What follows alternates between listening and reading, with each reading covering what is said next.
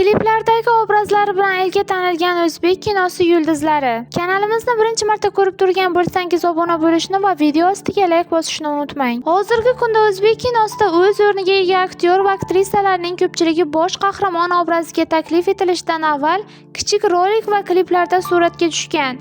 Eng qizig'i, ba'zi kichik rollar ham aktyorlarga kutilmagan omad keltirgan. Feruza Sopitova Shohrux reperning Bolaligim klipi orqali tanilgan desak mubolag'a bo'lmaydi. Bu fikrni aktrisaning o'zi ham bir necha intervyularda tasdiqlagan. Aktrisa klipdan avval Sohibqiron Amir Temur, Suratdagi sir va Qaydasan muhabbat filmlarida suratga tushgan, ammo uni tomoshabinlarga klipdagi salbiy roli yaqinroq tanishtirgan. Klip 2006-yili suratga olingan. Muqaddas Sa'dullayeva asli mutaxassisligi bo'yicha aktrisa emas, shu bois faoliyatining ilk bosqichlarida filmlarda suratga tushmagan. Uni xalqqa xonanda G'ayrat Usmonovning Yor klipi tanitgan desak xato bo'lmaydi. Klipdan so'ng aktrisa 2012-yilda Salom sevgi, xayr sevgi filmida debyut rolini ijro etgan. Aktrisa Sitora Alimjon va Ulug'bek Rahmatullayevning Sog'inib klipida suratga tushgach, tomoshabinlar e'tiborini qozongan. Undan avval u 2012-yilda Koreyalik Kelin filmida suratga tushgandi, ammo klipdagi ishtiroki unga omad keltirgan. Jasur Umirovning Jumagul klipida suratga tushgan Madina Fayziyeva qator filmlarda asosiy rollarni ijro etgan bo'lishiga qaramay,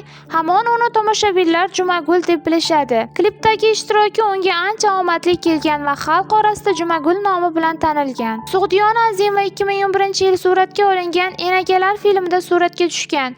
Undan keyin ham qator filmlarda rollar ijro etgan, ammo natijalar kutilgandek bo'lmagan. Ulug'bek Rahmatullayevning Layloyimsan klipidagi ishtirokidan so'ng xalq uni yaqindan taniy boshlagan.